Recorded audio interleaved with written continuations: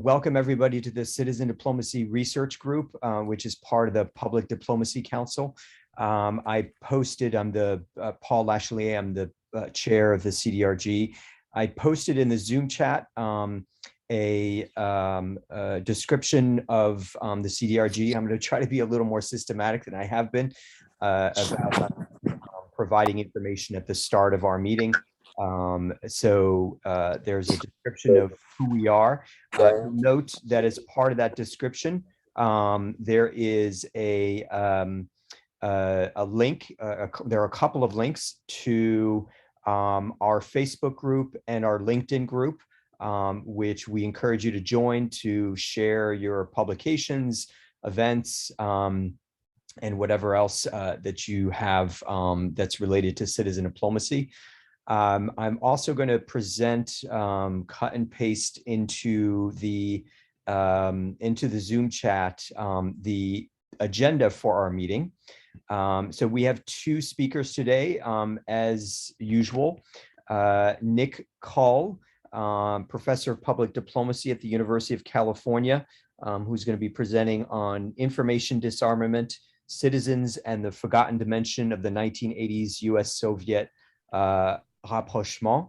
Anna Popkova, who is associate professor in the School of Communications at Western Michigan University in the United States, exploring citizen, she'll be speaking about exploring citizen diplomacy's local impact, the case of Global Ties Kalamazoo.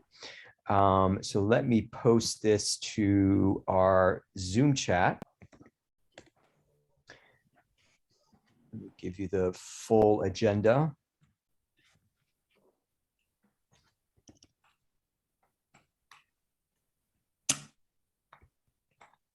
And if you could, at this point, now that we've kind of gone over the agenda and or the speakers, and in a moment I'll tell you a little bit about the rest of the agenda. But if you can, please introduce yourselves in the Zoom chat. One of the things that we do is after our meetings, we post the Zoom chat, the agenda, and and as well as a video recording, photos, and the CD bulletin and the speaker's presentation to our folder for the CDRG. We encourage you to introduce yourself with, if you have a paragraph bio, you're welcome to post it into the Zoom chat now. Please indicate where you're from, what city and country, because people are coming from different parts of the world. Feel free to, if you have a link to your website or your LinkedIn profile, please feel free to post that as well. The rest of besides the presenters, we have a couple of things that we usually do, which is essentially towards the tail end, or after we discuss the presentations for about 35 minutes. At the tail end of the meeting, we'll have announcements, and particularly Debbie Trent will be talking about upcoming speakers, and Amal Burbar will be talking about the latest CD bulletin. And you are welcome at that point also to share any announcements or any publications or else that you'd like to share with us that are related to citizen diplomacy. All right. So without further ado, we're going to start the presentations with Anna Popkova, who again is going to be presenting on the impact of citizen diplomacy, with a particular case of Global Ties Kalamazoo. Anna. Thank you, Paul. What do we do with the slides? Do I run them, or do you? You by all means share them yourself. But if okay. I get your slides prior, just in case you have any trouble with it. It also okay afterwards. All right, so I'll go ahead and share them. Let's see.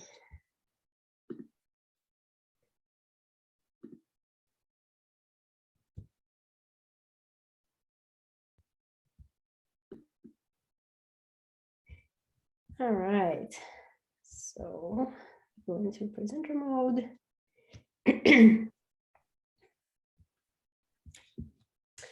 All right, great. So first of all, thank you so much, Paul and Debbie, for inviting me to present about my research. It's really an honor, and I'm excited to talk today about my research on the citizen diplomacy local impact and its particular case, in my case, of the Global Ties Kalamazoo, a citizen diplomacy organization in Kalamazoo, Michigan, where I live and work. Western Michigan University is in Kalamazoo.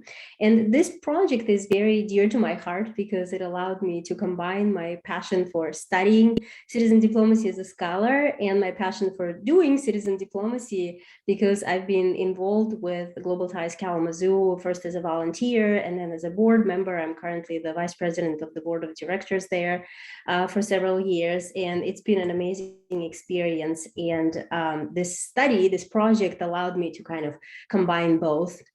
And so I will start with a definition that a lot of us are familiar with, a definition of citizen diplomacy. And also a comment that when we talk about citizen diplomacy programs, we often distinguish between grassroots citizen diplomacy initiatives and state-supported or state-led ones. So my work right now is on the state-led initiatives because Global Ties Kalamazoo is part of a proud member of the Global Ties Network, which is a nonprofit network that partners in a private-public partnership with the State Department to bring foreign visitors to the United States for professional exchange programs. So we know that because citizen diplomacy is often considered a critical component of public diplomacy, when we assess the impact of citizen diplomacy, its effects, we tend to focus both actually as scholars and as practitioners on kind of its external dimension, meaning that on the experiences of the foreign participants. This is, we see it in the literature and the scholarship, and we see it also in how the programs are evaluated by the practitioners. But one key thing to remember, of course, is that when we say exchange, mutuality and reciprocity is really key to exchanges and is really important for meaningful relationship building, which is what is the purpose of those programs. So the central question that drives my work here, and in this study in particular, is what impact does citizen diplomacy have on the local host communities, the ones, in this case, in the United States, who are hosting those visitors from around the world. Another thing that I want to point out here is that when, especially when I looked at how the practitioners of citizen diplomacy, like the program managers, the policymakers, talk about or write about the local impact, it tends to kind of fall into these two categories or two approaches, as I call them. One I call the instrumental approach, and that's the one that focuses on tangible benefits of citizen diplomacy for local communities, like the economic impact, right? Foreign visitors come and they stay at our hotels, dine at our restaurants, shop at our stores, and it brings us money. Another one is this argument about the greater international security, right? Diplomacy as insurance against war and so on and so forth. So these are kind of these instrumental approaches. And then there's another approach, which is far less common, and I propose calling it reflexive. And that one I've come across more often in informal conversations with policymakers, with citizen diplomacy practitioners, program managers, when they talk about things like, oh, visitors come, and interacting with them broadens the worldview of the people in the host communities and makes them engage in creative problem solving locally, or pushes them to, or rather gives them opportunities for this critical self-reflection and empathy. So with all that in mind, the three questions that I asked in this study that really drove the study were, one was, in general, what does citizen diplomacy as a term and activity mean for citizen diplomats themselves? The second was, or is, about the ways in which citizen diplomats themselves feel that organizations like Global Ties Kalamazoo enrich local communities with global diversity, and that is actually the mission of Global Ties Kalamazoo, which I'll touch on a bit later.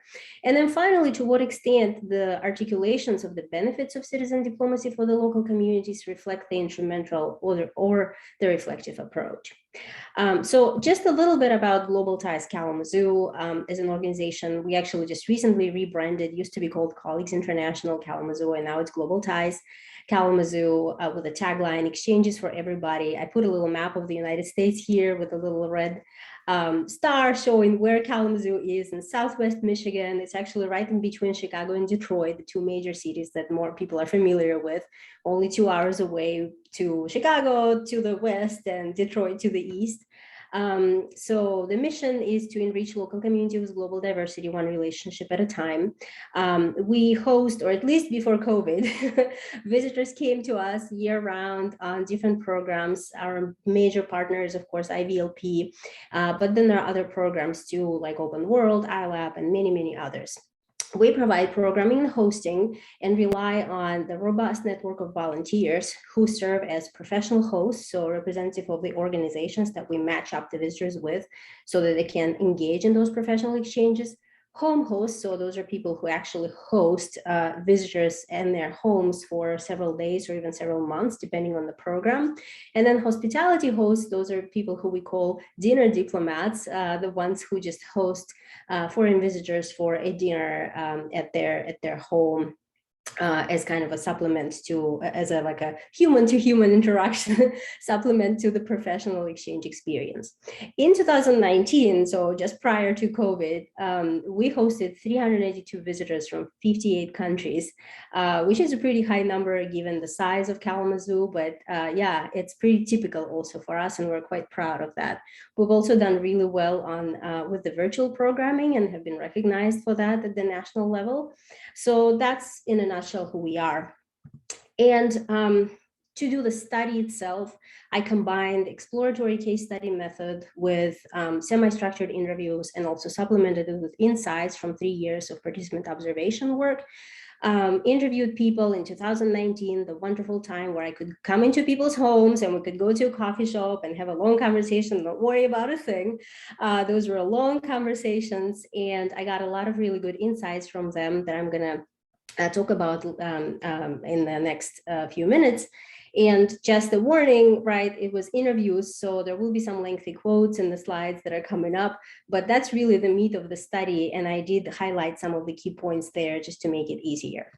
So the first thing that came through right away in my conversations with the participants was how they talked about citizen diplomacy as being different from traditional diplomacy, and they kind of brought this aspect of authenticity and how the people-to-people exchanges that citizen diplomacy is characterized by has no hidden agenda. So they talked about how we as people don't have a hidden agenda, but the government always does. And so at least this participant said it's more effective diplomacy than what can be done at the governmental stage because it's just honest sharing with others. And it is pretty typical, and it's consistent with some of the findings that exist out there about, in general, about advantages of citizen diplomacy and this aspect of authenticity and trust. But I thought what was particularly interesting that there were other participants who also said that, well, actually what we do complements government efforts and we don't see them as antagonistic. So they said, you know, the government can't do it all. I really believe that the staffers, the career diplomats have a common goal of world peace. So let's try to get everybody working together. So that was something that showed at least that, or at least warns us, cautions us to not kind of make those stark divides between citizen diplomacy and traditional diplomacy, and that once we get down to the ground, opinions vary and citizen diplomats themselves kind of think about it in many different ways. Another aspect that came through very strongly in those discussions was this idea of diplomacy or citizen diplomacy as representation. So a lot of people talked about how for them it was meaningful and important when they hosted visitors to represent America in ways that were different from what they thought the foreigners were getting from, I don't know, watching Hollywood movies or watching news about America. And so it was important for them to provide a different experience for them, to show them the so-called real America. But then what I found even more interesting is that people engaged in these discussions about the very local aspects of their community. For example, this participant says, they were the first bunch of Americans. We were the first bunch of Americans that they met. We were the first house they came into, and we talked about that, and we said, we're normal people, not what you see on TV. And New York isn't us. We did point that out. New York isn't us. No, New York is another country. Thank you very much. We're the flyover zone. So those are really fascinating discussions about, what it means to live in what's considered sort of a rural America, and yet Kalamazoo, as this other participant Molly says, microcosm of liberal people in the west side of Michigan, which is not liberal. And yet another participant says, well, but Kalamazoo also isn't all that liberal. There are people who are not particularly fond of foreigners. So all these conversations kind of brought up this point of how engaging in citizen diplomacy made them think about the local community and the diversity of local community in all its shapes and forms, politically, ethnically, and kind of, reflect on that at a deeper level. The second aspect of this representation question was this tension that I found my participants wrestling with between their desire to show the good parts of America and their understanding that the good parts alone weren't really showing the complete picture.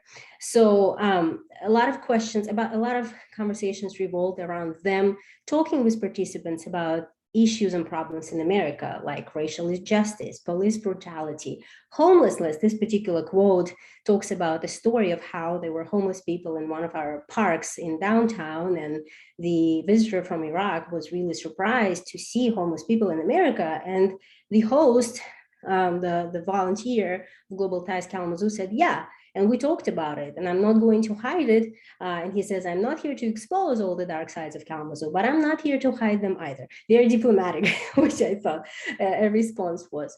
Relatedly to this, another fascinating aspect of this was how many of my participants brought up instances where interacting with foreign visitors made them think about their community or about aspects of their own community that they've never engaged with. So for example, this first one, Deb, talks about how a lot of the participants are curious about Native Americans and their history and kind of the role of them in the history of America, and how she would have never really engaged with this very much if the foreign visitors didn't bring this up. The other participant, Gina, here talks about how they had a group exchanging expertise on human trafficking, and she goes, oh, well, that doesn't happen in America. And then she says, oh yeah, it does. That's an eye-opener. So something that she learned from interacting with foreign visitors, something that she never thought about, but is now aware of. So as they talked about that, they also discussed, reflected on the local impact of those exchanges by saying that engaging with foreign visitors helped them build community networks locally and also make the community better. So a lot of the people talked about this think global, act local mentality, and how they were very inspired by the visitors to also think about making the community a better place in creative ways. And some of them also talked about how they've learned very specific things from the visitors and actually implemented them locally. And again, they wouldn't have done that for their community had they not learned about those things from the visitors. All of that in turn brought out a lot of what I called Kalamazoo pride. So people talked about how being citizen diplomats in Kalamazoo really made them proud of their community, and thinking of Kalamazoo as not just a small town, but part of a global community. And how they talked about, how Kalamazoo, because it has this organization and because it gives them opportunities to be citizen diplomats, it made them feel that they're connected and they're recognized nationally and internationally, and made it feel like they were really part of the global community. And so that was really, really important to them.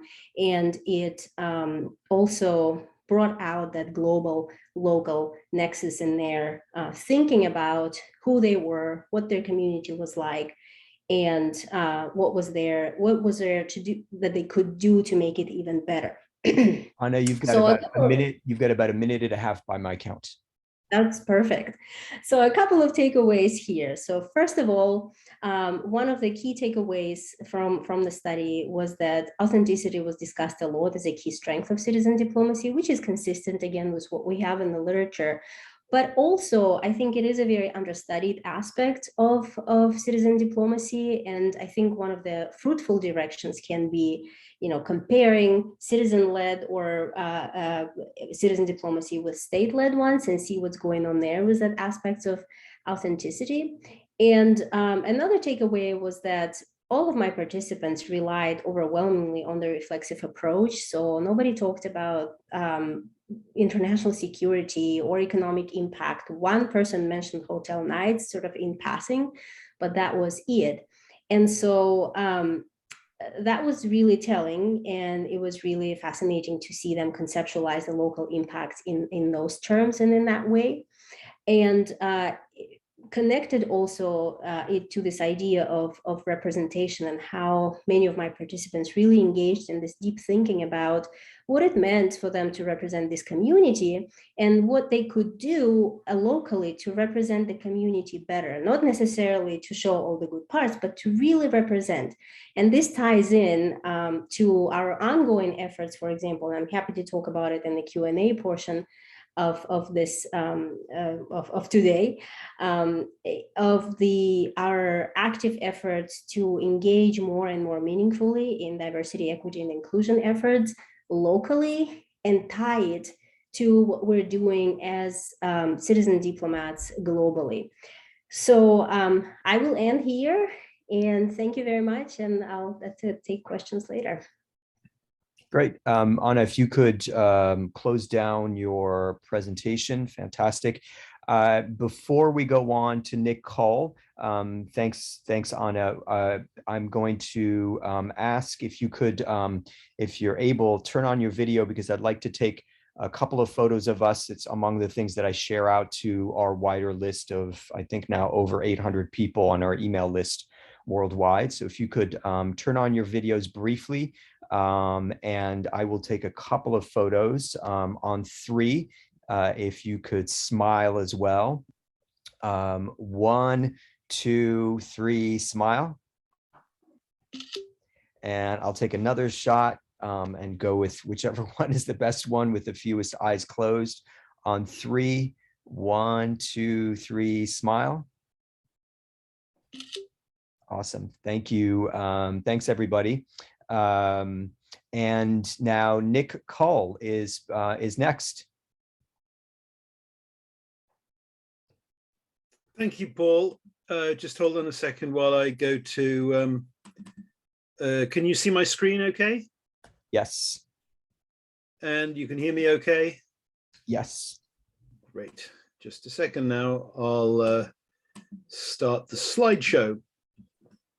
Well, it's wonderful to be speaking to a group that is so so international, and a big treat to have friends and colleagues from all around the world, and so many wonderful locations where I've enjoyed visiting, and would like to visit in some cases. So what I want to do today is to present some work that comes out of a revisiting of material that I studied a few years ago, and I think you'll see why I wanted to reopen the file, so to speak.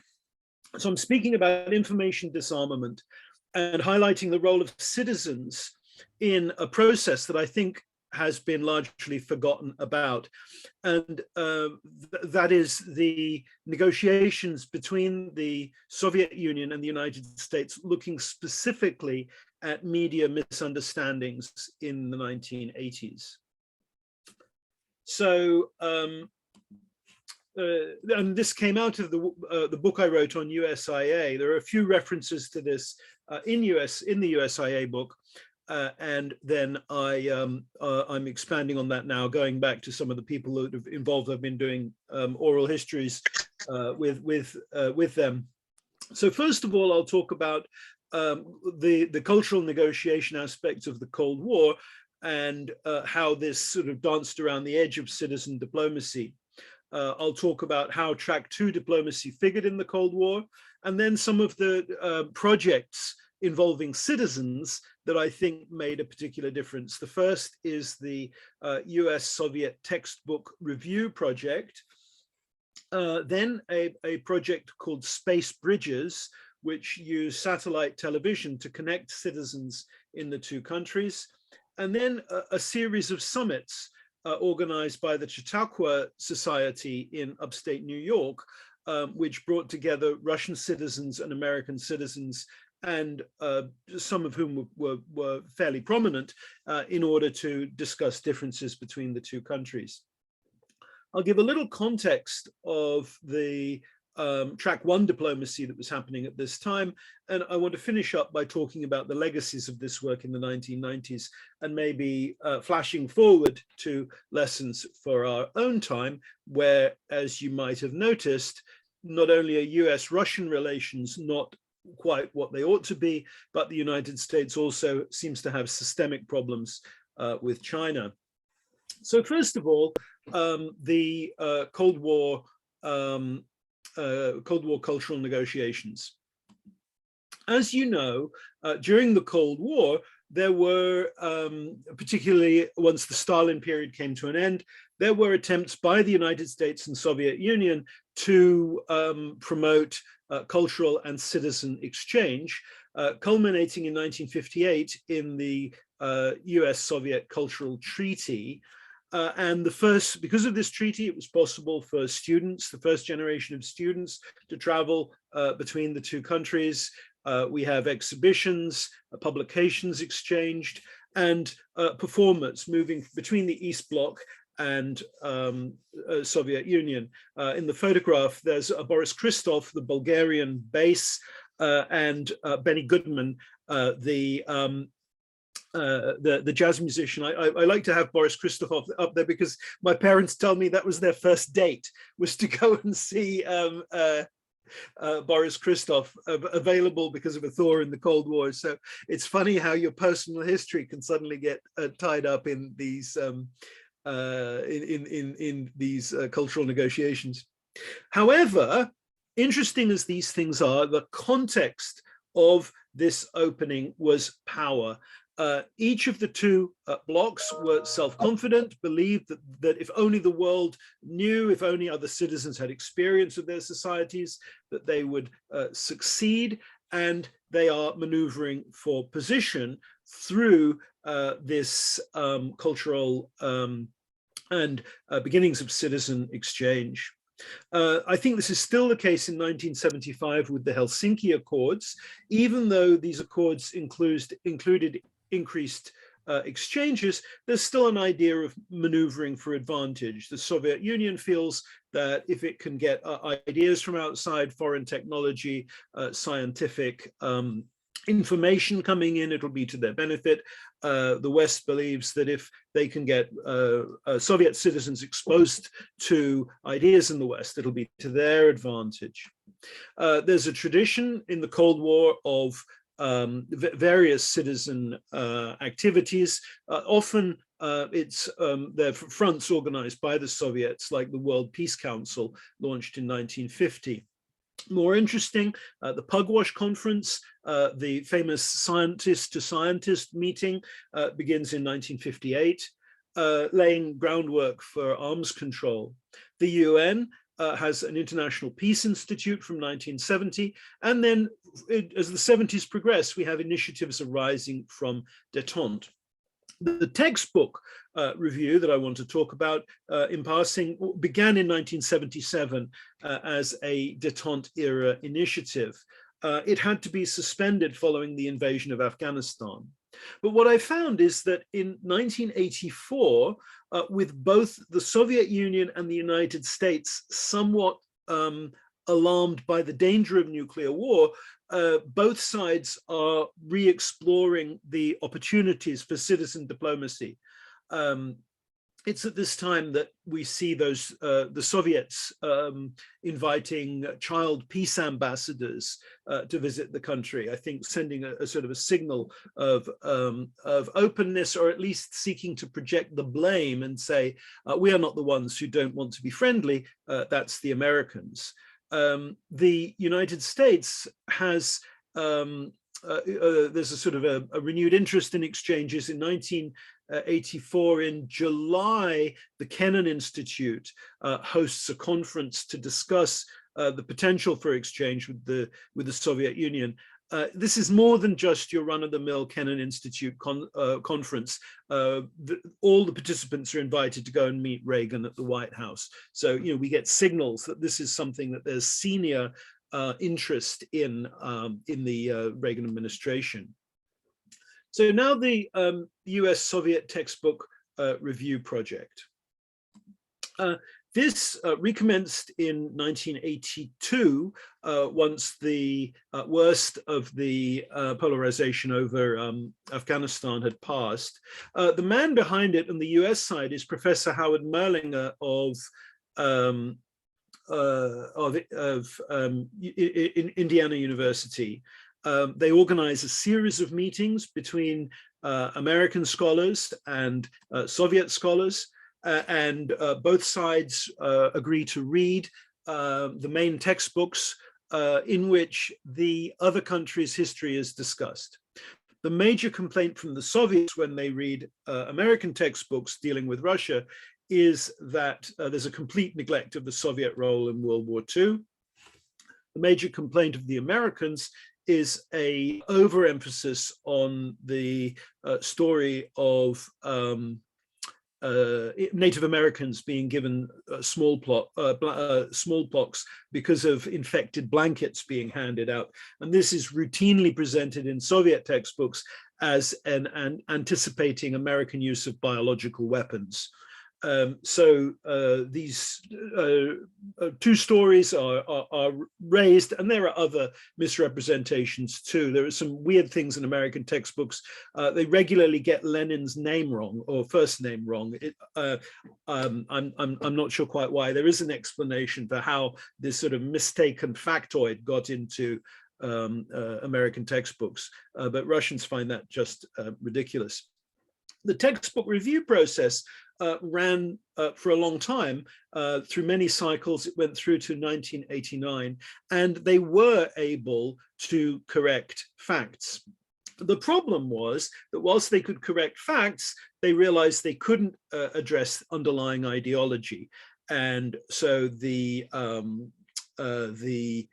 review process had an obvious limit. It was also clear that the project was never about changing how the Soviets or the Americans spoke about themselves. It was only about correcting misinformation in the textbook of the other.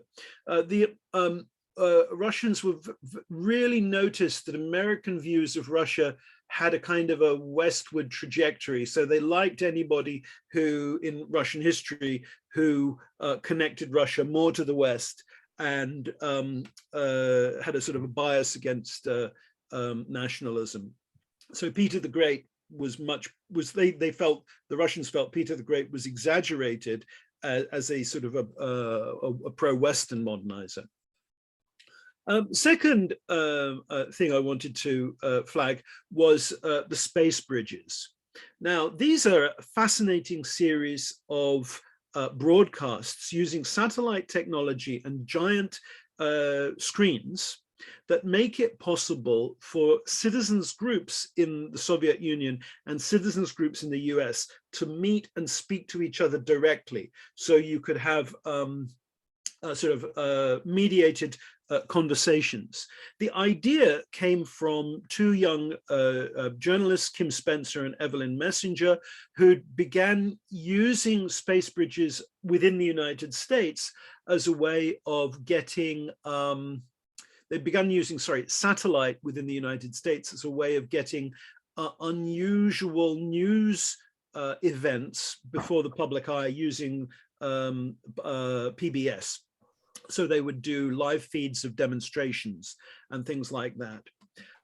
they linked to the Eastland Institute out of Northern California, which had a exchange program with the Soviets with a view to improving peace, and proposed that at a pop festival organized by the millionaire Bill Wozniak, they would have a giant screen at this pop festival that would connect to young people in Russia who could then ask each other questions. Nick, you've got So about it begins, 3 minutes. I've got 3 minutes. Oh, I've got to go. I'm going to have to go quickly. So this went, the initial proof of concept worked well, and this became a regular thing where space bridges would be set up, groups of citizens in the US and in Russia would be able to talk to each other. Sometimes community leaders would be part of that. And it went as far as to have a town meeting between people in Leningrad and people in Seattle. Specific groups that were brought into space bridge meetings included children. They even did a joint children's musical together at one point. War veterans, women, scientists immediately following Chernobyl, where Russian scientists spoke frankly about safety difficulties in Russian nuclear facilities. And they did a capital to capital broadcast connecting citizens and legislators. Capital to capital was carried in the US in the Nightline slot on American domestic television. So it got a big American audience. The Soviet end of this was approved, very much approved and promoted by Gostelradio, the Soviet national broadcaster. The main Soviet compere was a man called Vladimir Pozner. Soviet audiences were extraordinary for this. About 150 million people watched in the Soviet Union as a peak rating. And I hope this will come out in discussion.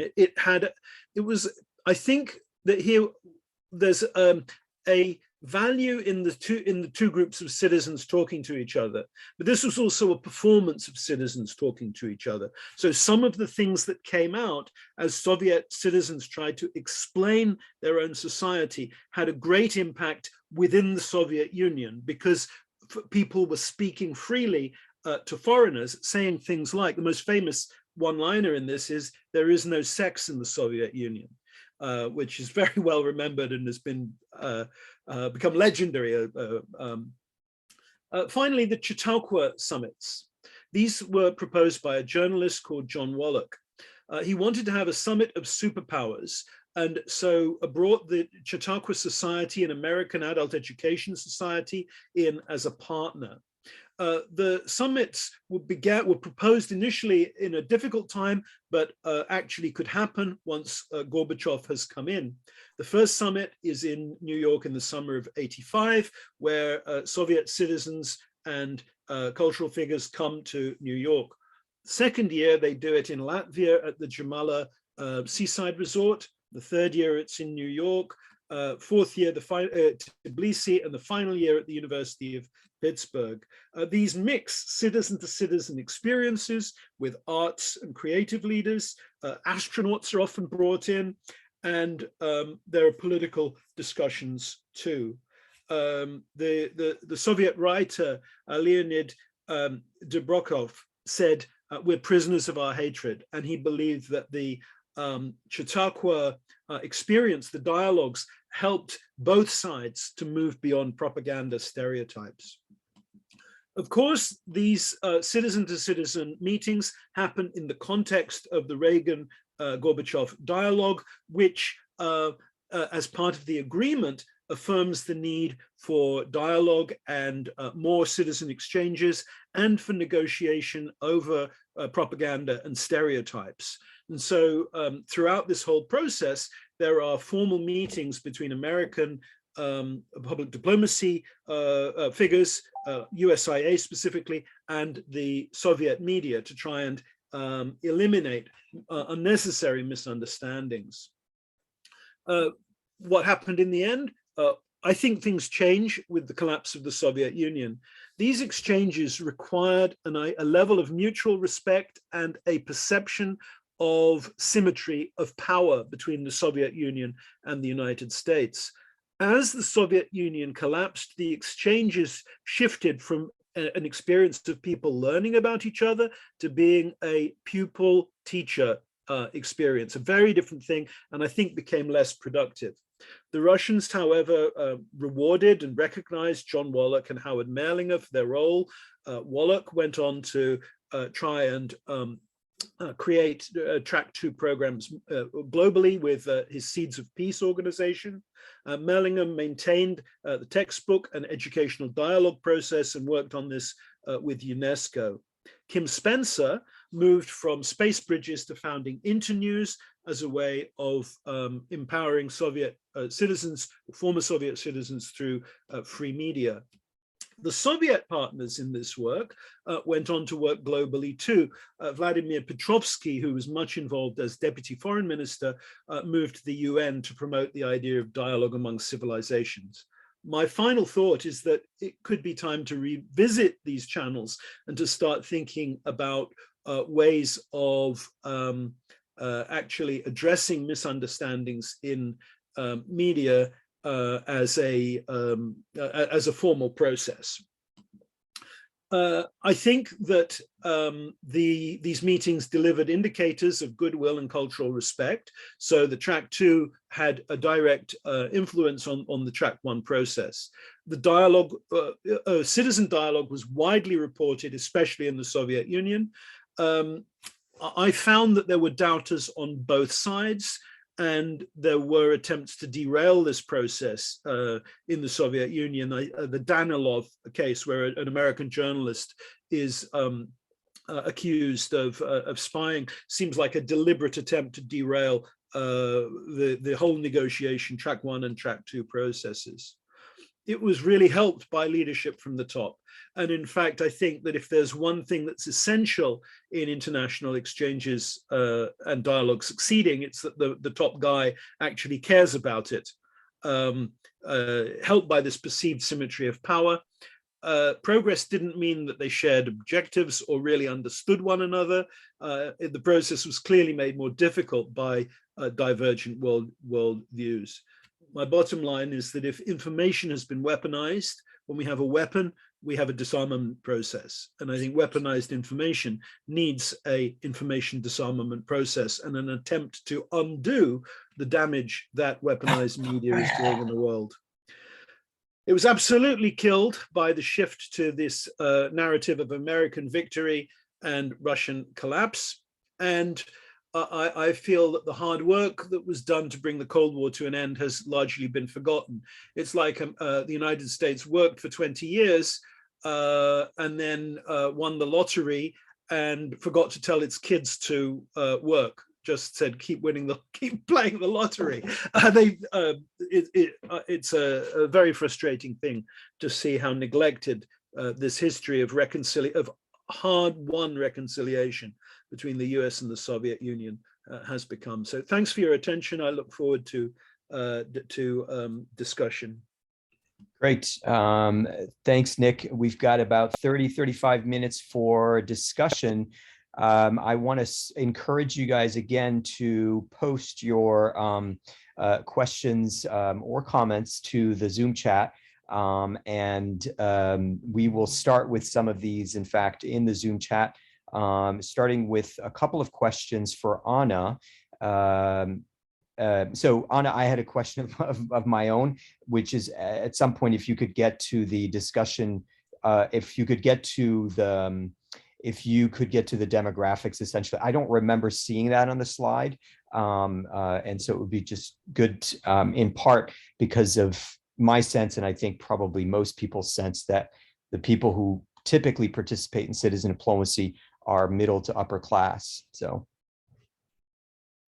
Yeah, thank you for this question, Paul. And I did not have that on the slide, at least not the demographics. You asked about how many, that there were 25 people.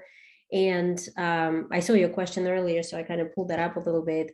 Yes, they were all middle to upper middle class, a lot of retired people, all of them white.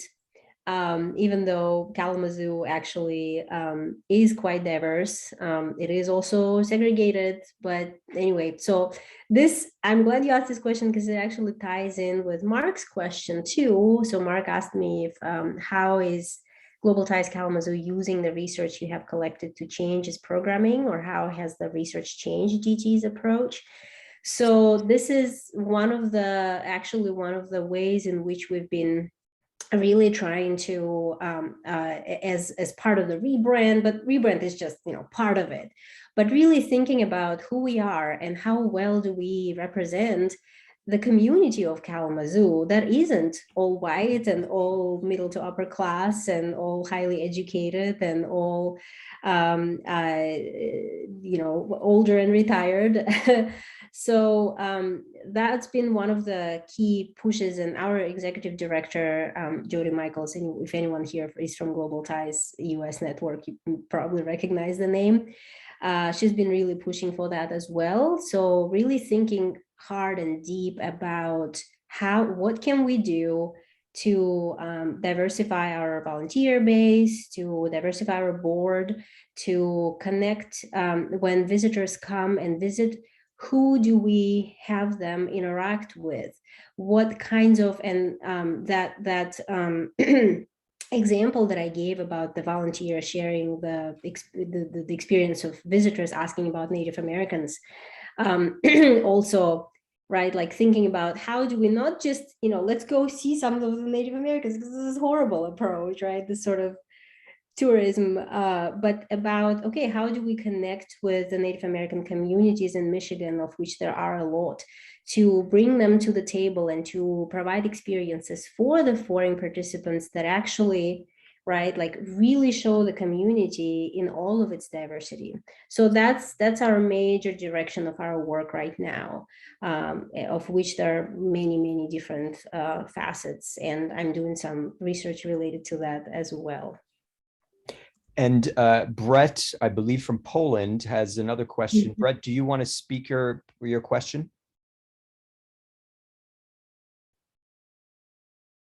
If Brett is still with us. I am with us, but I just need to go back and see what the actual question was. I think it was around multiculturalism, and wondering if the research went into the question around diaspora in both your city, but also those folk from your city abroad, and how they go about engaging in those communities, particularly if they're not of the same language. Can you clarify, are you talking about so the diaspora communities in Kalamazoo, and then when visitors come from the country where they're from, or and how do those interactions happen, or? So both diaspora from foreign lands living in Kalamazoo, if I'm pronouncing that correctly, as well as those from Kalamazoo living abroad. Right. So this is, I guess, yeah, in my research, I haven't touched on that specifically because it was more about what do the citizen diplomats themselves, the volunteers of Global Ties Kalamazoo, perceive as the local impact of what they do.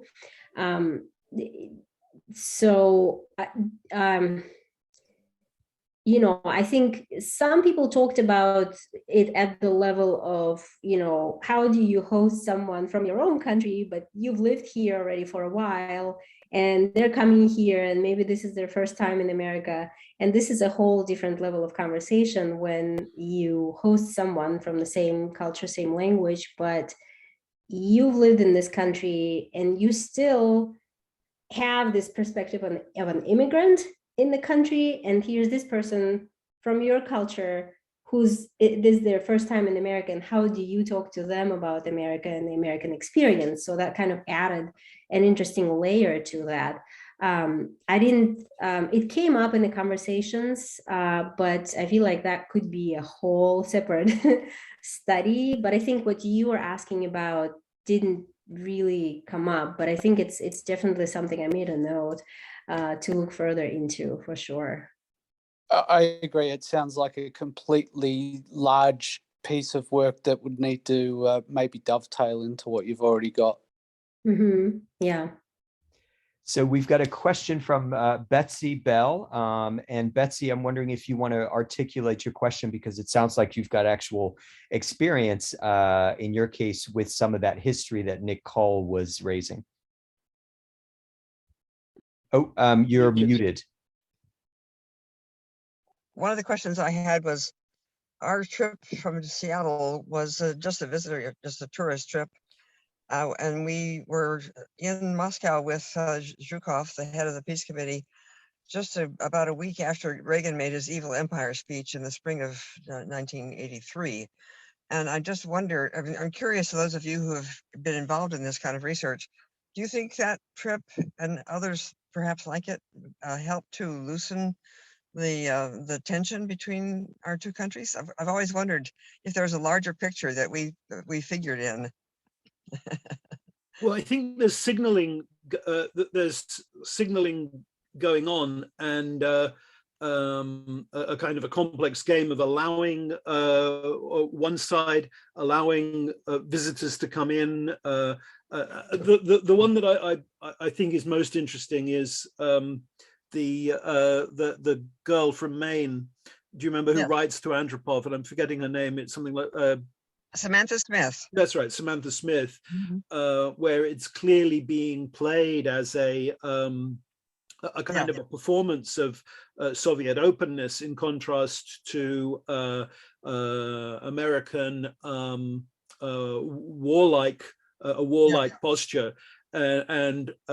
So citizens are part of a sort of performance of Cold War hospitality on one side, or dangerous behavior on the other, and I suppose you get both sides begin performing hospitality at some point to try and counter negative images, and then at some point it shifts into actually trying to work out what the problems are and really trying to bring the two societies together. And I still find it fascinating that the space bridges could be so widely seen in Russia. I think, Anna, you remember how they were, or heard it later after the fact. Well, part of Soviet popular culture, or the part of the memory of the 80s, are these things. It was much harder to do that in the US because they relied on public television. You have to line up 200 different stations to show them. So it was only when they got onto network television that they could be more widely seen in the in the US. So there was an asymmetry there because of the distributive nature of American media compared to the centralized Soviet system. There was an asymmetry in exposure to this material. Nick, my other question had to do with sister cities. I was on the road with my slideshow trying to get people to start sister cities all over the United States. And ours is still very functional with Tashkent in Uzbekistan. But I don't know what's happening with other sister cities. I know that there's probably only 5 left with the former Soviet Union. Well, I think right now it's very hard to have any kind of exchange. That this is, and to me, this is one of the indicators that this stuff actually works, is that it's become so difficult for exchanges to happen, so difficult for NGOs to operate, and they are being regularly demonized in the rhetoric of the current Russian government. That seems to me, if people like him are against it, we should be all the more for it. And the same goes for cultural diplomacy. If the Taliban want to stop it, we should want to start it, not fail to nominate an undersecretary. Right. Thank you. For over a year. So I'm scrolling through questions here and comments and so on, and by all means contribute if you've got relevant information in the Zoom chat. But we've got a question here from Giles joining us from the Netherlands. Giles, do you want to pose your question? Yes, thanks, Paul. Nick, always a pleasure to listen to you. And yeah, I have a question because you set up your talk around particularly the 1958 Cultural Treaty, and then you referred to Helsinki 75 and the effect that those Track 1 diplomatic agreements had on cultural, diplomatic, and private initiatives afterwards. Mm-hmm. And yet when we get into the 1980s, what I find very interesting is that we seem to look at a greater, shall we say, a greater ability to operate autonomously from the private sector. You mentioned a couple of journalists. It's very interesting to see journalists behind some of these interesting initiatives. I'm actually working on a couple of other examples where journalists played a key role by saying, we're not simply going to report, we're actually going to take an active role in looking at what we're doing as journalists that's contributing to the Cold War divisions. So they actually take on a much more ethical position.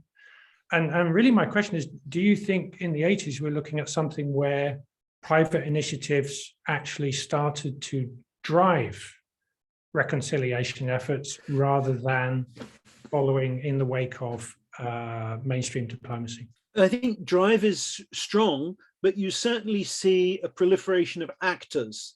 So I don't know if they're driving, but they're working in parallel. So I think the Eastland Institute is important. If maybe if people might remember, there's a scene at the end of Mad Men where the main character goes to a weird place in California to meditate. That's the Eastland Institute.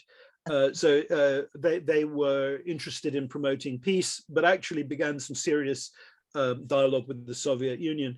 Journalists like Kim Spencer and so forth. It's really interesting to see them, but I think they're taking a lead, and they felt they shouldn't wait for the government.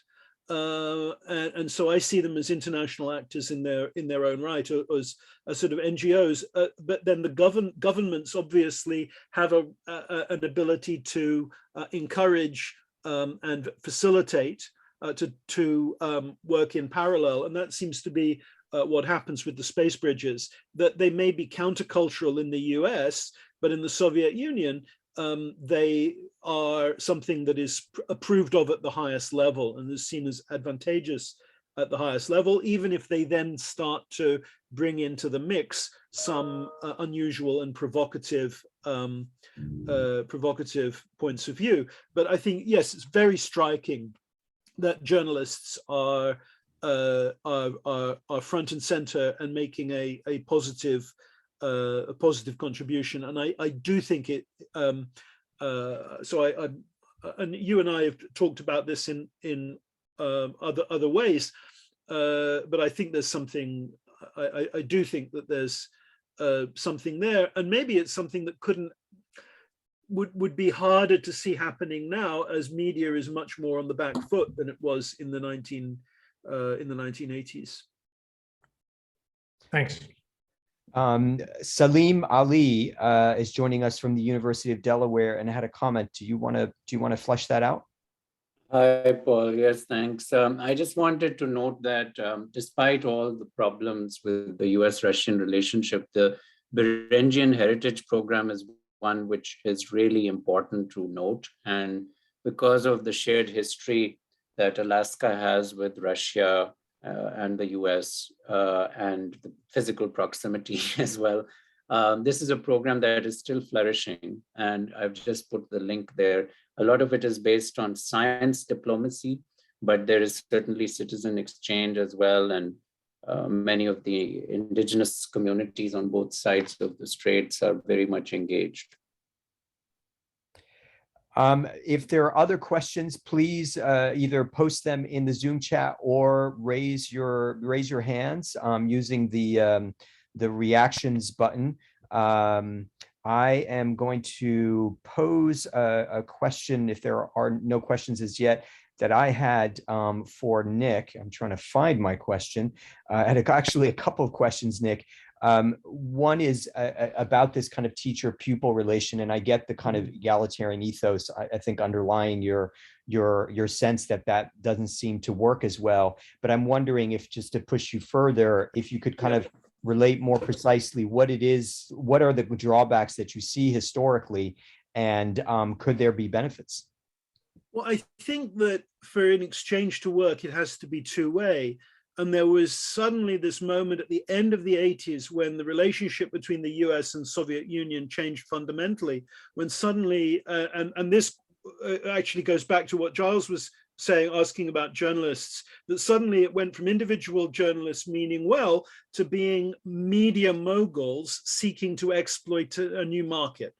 So the Hollywood studios get involved, people who control radio networks get involved, and they want to do things like sell concerts or sell movies, get access to the Soviet market, and the Soviet citizens, the Soviet are looking for desperately to try and learn what they need to do to function in this new world.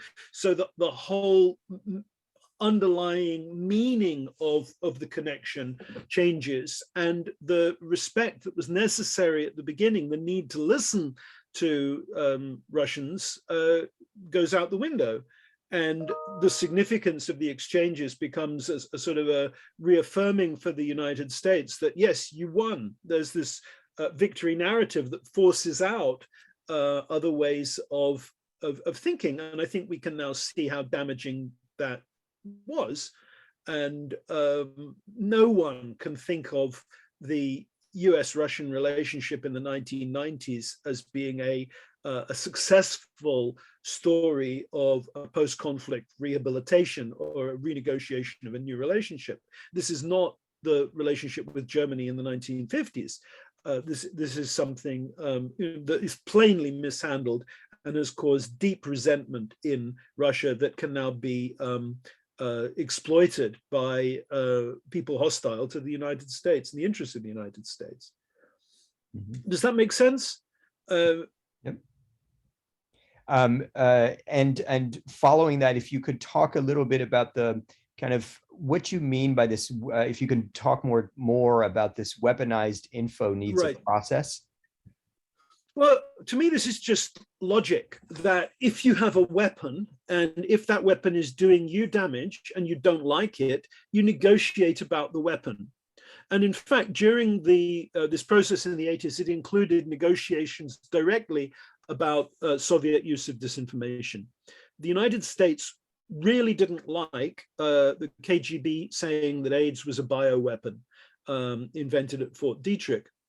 And so they decided that they would actually put that on the table as a problem in the bilateral relationship. And they said, got Sieverick Koop, the Surgeon General, to say, unless if you keep on with that libel, the US will suspend AIDS science cooperation with the Soviet Union. And there was a plan within the US to escalate that in time to suspend all scientific cooperation. And once that ultimatum was delivered, Gorbachev made sure that the rumor went away, the story went away. And when the US presented him with evidence that was maybe sticking around, he then became very angry with his own side and clamped down even further on it and made this speech about there's going to be a new day, no more disinformation, no more lies. And the US and Soviets installed a special hotline system so that disinformation in the media could be instantly or corrected as soon as possible. But Jack Matlock, the ambassador at the time, has no recollection of that system ever being used, but has confirmed that at the embassy level, they were aware of it and looking out for opportunities to use that. So to me, this looks exactly like what you would see in a weapons system. the process of backing off use of a weapon or threatening with a weapon, and a fail-safe being installed. There's a fallacy with communication that something you don't like that is communicated to you needs to be rebutted with another communication.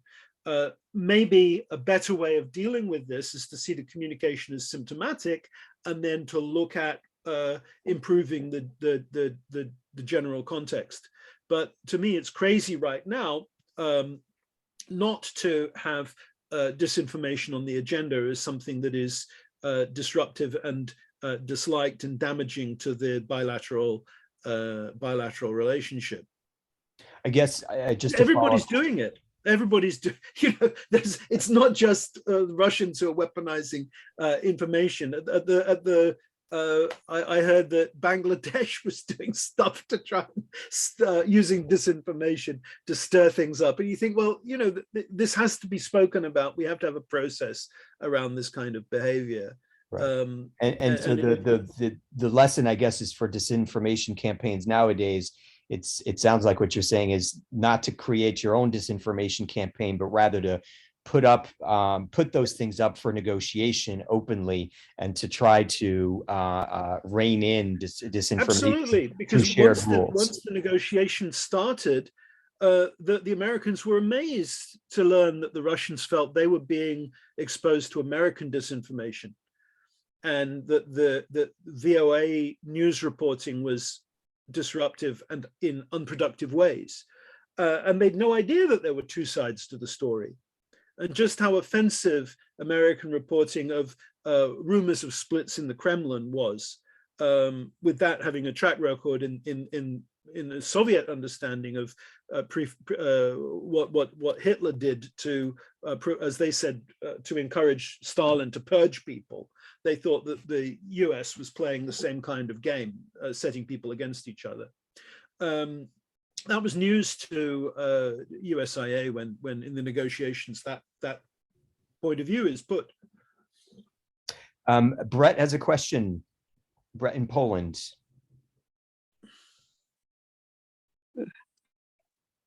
Sorry, again, I'd need to go back to the question. Nick, what tools do you see as being best implemented in addressing the fault lines that are opening up, such as Belarus, Poland, Ukraine, Russia, etc.? So I missed the first word. What tools? What tools? Well, I think we need everything. You talked about.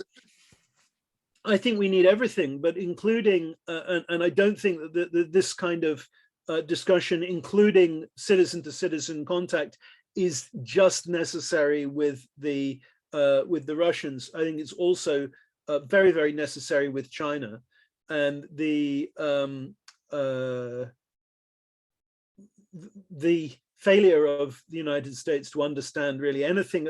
Well, the asymmetry between Chinese knowledge about the United States and US knowledge of China is extraordinary. Just imagine within our own universities, where we can have a substantial number of students from China, asking a colleague to fill in the names on a map of China, how many places could be done, even by our own colleagues, our own who are working with Chinese students all the time. You don't get very far with that. So I think that's a very worrying thing, that we're trying to have a bilateral relationship with a place that we know very little about, and maybe more seriously, a place that we don't think we need to know that much about. I see that as very, very, very worrying. And how you're going to get a positive example, I don't know if you've heard this story, but there was a meeting in the EU for a cultural dialogue with China, and the French were hosting, and the French host made a long speech about the importance of France and culture, and the Chinese delegation then stood to reply, and a young woman speaking for China said, first of all, she'd like to ask how many people on the European side had ever visited China or studied China, or spoke Mandarin, and nobody had any experience of China. And she said, well, we understand French civilization, French culture, but I would like to propose a recess before we convene to negotiate, where there's a period of study. And so the French chair said, yes, how long? That sounds like a good idea. How long should we postpone the conversation for? And she said about 10 years should do it.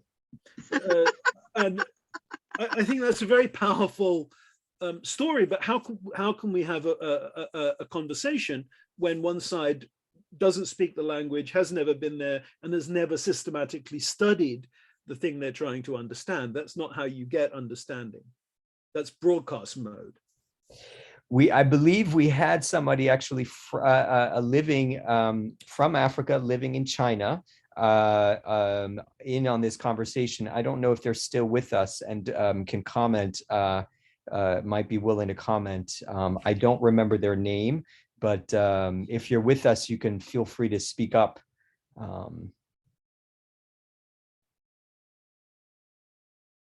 Okay, I don't think they're still with us.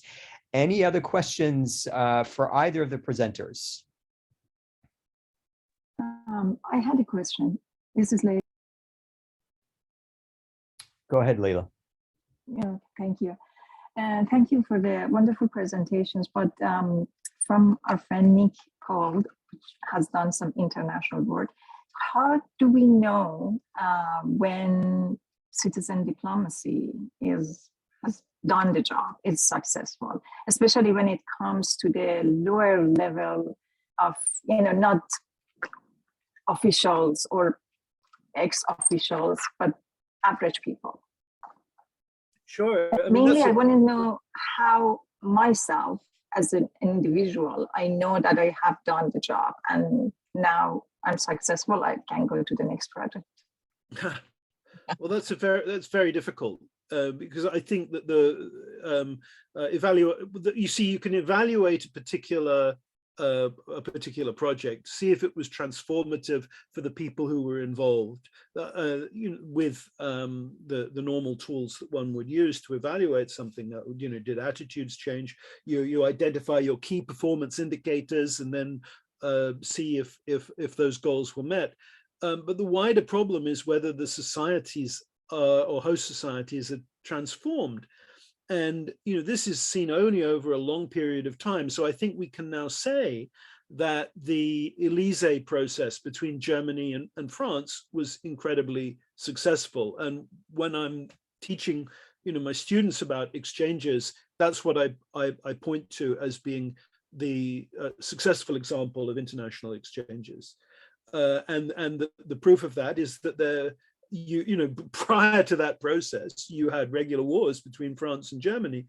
That process has been part of a convergence of French and German society and multi level contact and convergence between those two places. A challenge that I do for my students is I say, well, imagine that you had the power of time travel.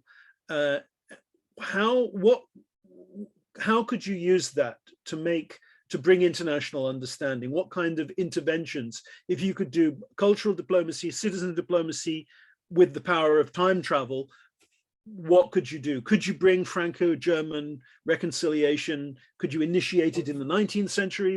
How would you?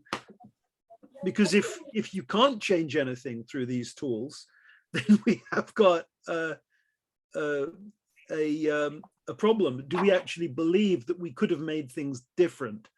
In my heart, I believe we could, but I also think we can look at the past and see where things went wrong, and how the positive indicators of contact were drowned out. Yeah, Nick, I agree with you. And if I can add, I work in this space from a consulting perspective, and we've been able to kind of bridge that gap through the information transfer through generations. So a lot of what you shared today, I would love actually if you could come and speak to some of our youth, because if they know what has been done in the past, one, they can avoid repeating some mistakes, but most importantly, to preserve the relationship, which I think a lot of it is because we don't know what's happened in the past. There's not a historical, we haven't done a good job through our international education curriculum in our primary schools. And this is me speaking from, going through the American education system, of ensuring that we're instigating international competency, therefore creating, folks that can enter into the respective professions that could support some of those great programs that we've had in the past. But I think it's absolutely doable. We can start with just kind of bridging that information gap with the generations. And then, of course, using some of our other traditional tools, whether it's finding ways to exchange the great things that's happening. I think someone in the chat posted a really good program or a community that's already been doing some really good work. But yeah, I just wanted to kind of share that. But I appreciate your presentation, Nick. Thank you so much for that. Anna, I don't know if you want to respond to Layla's question, because it seems like you're particularly well equipped to be answering that question. Yeah, thank you. I was just thinking too that, oh yeah, I have something to add here as well, is that I think, this question of how do we know that these initiatives are effective are precisely that question of impact of citizen diplomacy, whether it's on foreign participants or on the host communities, or ideally both. And I think, I was particularly struck, actually, Nick, by your point about the pupil and teacher mentality, which I do agree with. And I've done some work on Russia-US relations and the media before. This is my kind of a new project, the citizen diplomacy, the post-tenure stuff. But I think, right, the using that reflexive approach when we really kind of try to be, when we facilitate those exchanges, just being very intentional and real about keeping this equal, and about how this is a learning opportunity for both sides, I think is one of the first steps in the direction of authentic relationship building, which in turn can actually bring those results that we're hoping for when we're designing citizen diplomacy programs. And history does show us instances where that it has been very, very imbalanced, the teacher-pupil mentality, where entire nations are saying, why are you teaching us how to do these things? We already know. It's just that you don't know that we know. So I think really just sort of thinking about the reciprocity in citizen diplomacy and exchange programs, and being very intentional about it, and involving everyone. Hence the Global Ties Kalamazoo, the tagline, exchanges for everybody, right? About it's not just this sort of elite endeavor of people who've gotten university degrees and went on a study abroad once, and now they're excited about all things international. Exchange is for everybody. It's not only for, in the American case, white, highly educated folks. It's for everybody. And the more, I think, with people we can involve in those citizen exchanges in ways that are intentionally responsive to deep diversity of our communities, the better, I think, our chances at succeeding. But I think you're right. Sorry to jump in, Paul. And one of the things I thought was interesting, not having read Anna's paper, I had no idea that there would be indigenous issues would come up in it. And there are indigenous issues in my paper too, that in both cases, these were things that foreigners were very interested in the United States, but that Americans don't think is what a foreigner would want to see. But that actually reflects Americans' prejudice about themselves. Oh, we don't talk about those people. That's actually part of the problem, and part of the benefit of having these kinds of dialogues, that not only do we come to know somebody else, but we come to know ourselves as well. And I also, Nick, since you mentioned the paper, I just will do a little plug that the study that I presented today is actually coming out pretty soon in the Hague Journal of Diplomacy as an article. I actually just reviewed it's at the production stage, and I just reviewed the copy editor's comments 2 days ago. So it should be out soon. And if any of you are interested, you'll be able to read a more detailed version of it where you can indulge in the quotes, in the lengthy quotes without me rushing through them. Great, Anna. Thanks both to Nick and to Anna for your stimulating presentations. We are going to switch to announcements in the few minutes we have remaining. I am going to share my screen because we have some things to share with you that are worth kind of sharing on screen. And the first thing is our new, freshest edition of the CD Bulletin. In fact, let me actually go this way. So Amal Burbar has been an assistant editor on this edition of the CD Bulletin, which comes out with every meeting of the CDRG, and she is going to briefly present on the bulletin. Amal. Hey everyone, I would like to introduce myself. Amal Burbar, the assistant editor for the CDRG Bulletin. And I would like also to thank you all for your participation with us today. For the first announcement of this bulletin is a new article which is published on January 11th. By Joseph and Nye, and it highlights the question whatever happened to soft power, and I would like to mention also the second announcement.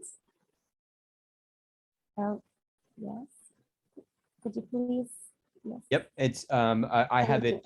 If you're I'm scrolling for you on screen, Amal. Thank you. Okay.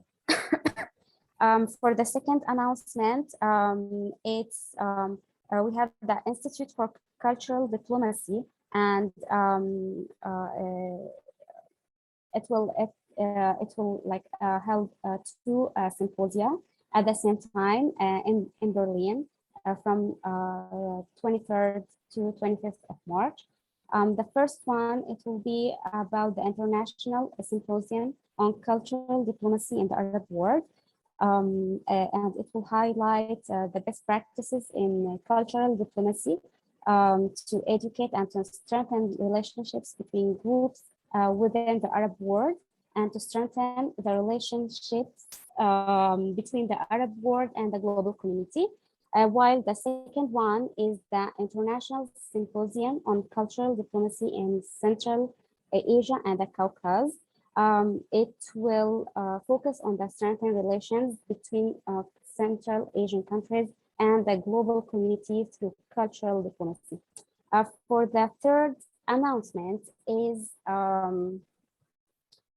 about Gulf Coast Diplomacy, which is a non-profit organization, and it's facilitating and strengthening connection, collaboration, and fellowship between the people of the Gulf Coast and the global community.